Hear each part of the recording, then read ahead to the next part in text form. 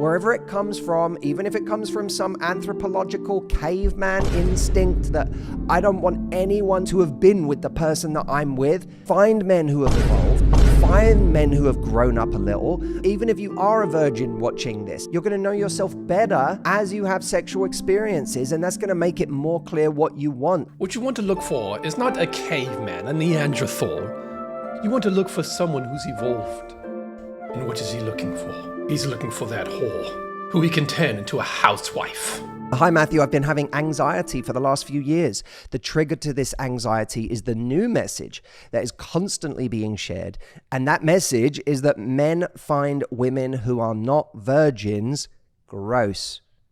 I cannot go a few days without it somehow popping up in my feed that men do not want to commit to women with a high body count or any past sexual experience at all sometimes. I feel like you've been spending too much time on Reddit. Get off of Reddit. I do not have a high body count, but I still get triggered every time this pops up. I now truly believe that this is very important to men, and that if they were to find out about a woman's sexual past, they would now start to subconsciously value her less and not see her as a wife/future mum of their babies. And if they have the option, leave her. Can you please talk about this in detail? I got the gist. So it goes on for a bit longer, but it's pretty much the same thing. And by the way, she says, P.S. I know that a popular comeback is that men who care about this are insecure, but I think it's deeper than that. Throughout this entire video, I want to do a game with you guys. And here's the game. I want you guys to pretend like a little British man is speaking with his daughter. And in this game, this father is going to give his daughter the best advice to equip her for love, romance, and marriage. At a certain point, Tanny, the insecurity you have about this comes from the complete other direction too. There will be women in the Love Life Club who say to me that they are a virgin at 35 and they're terrified of what a guy is going to think of them because they are a virgin. That woman that says, I'm still a virgin and I'm worried every guy is going to think I'm a freak, based on your narrative, she has the dream scenario. She's never slept with anyone, so she should be the most desirable person in the game right now because she hasn't done that. And maybe if she's hanging around 25-year-old strange kind of warped people on Reddit, she is going to have a market there because they're going to be like, oh, she's so attractive. She's never been with anyone. The world isn't one dating market. This is the thing we have to get out of our heads. The world isn't one dating market.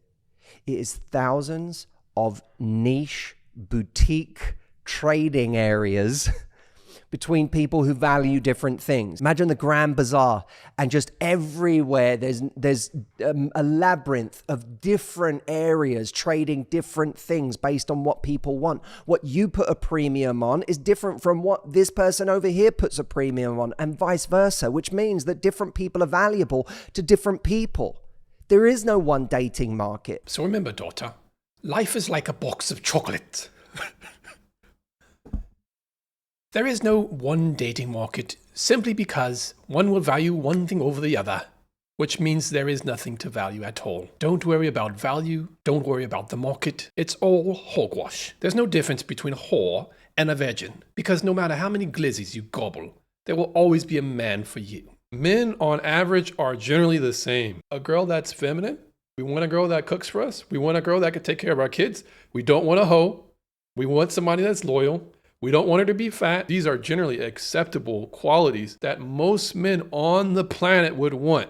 So for a guy to call himself a dating coach, it's a bit scary because it shows that he doesn't know what the average man wants. And how can you be a good dating coach for women if you don't understand what men want? You're treating it like there's one dating market because you spent too much time on the internet in one particular area of the algorithm. And now the algorithm is serving you every title it can find on why women become unattractive the moment they've slept with more than one person. And that's coloring your narrative. So the first thing you can do, by the way, is stop searching for those things and start searching for positive material so that the algorithm online starts feeding you positive material. Or just search in an incognito window so that the algorithm is no longer serving you up the stuff that is your biggest fear.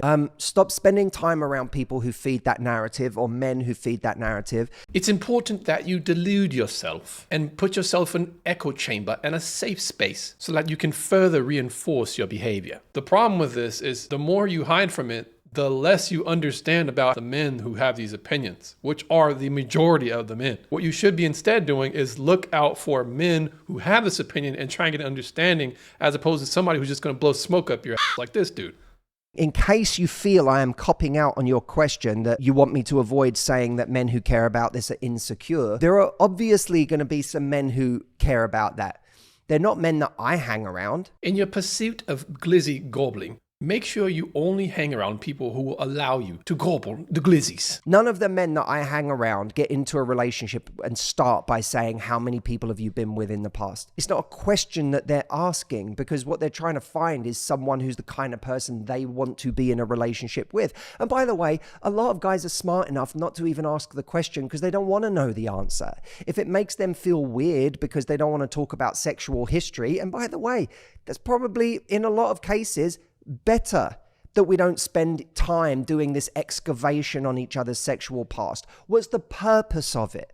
If that's your thing or you particularly don't mind, then you can do that. But for everyone else, there's no need to do that because it's just not relevant to where you're going. Everyone has a past. Everyone has had experiences that they enjoyed, experiences that they didn't enjoy, things that they probably wouldn't do again if they had the chance, regrets for someone they went home with that night. Everyone has these experiences, and any guy, whether it comes from insecurity or biology or anywhere else, any guy who makes a big deal out of that is an utter hypocrite. Let me ask you a question, my daughter. Should an employer really care about your employment history?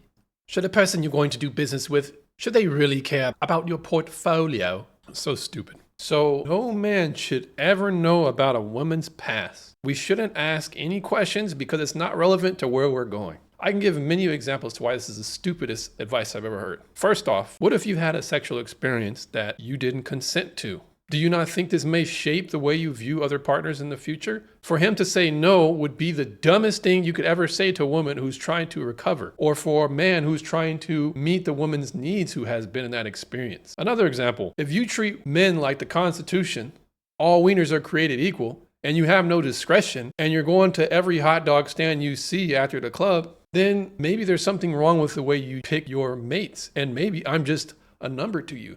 Maybe I'm not special.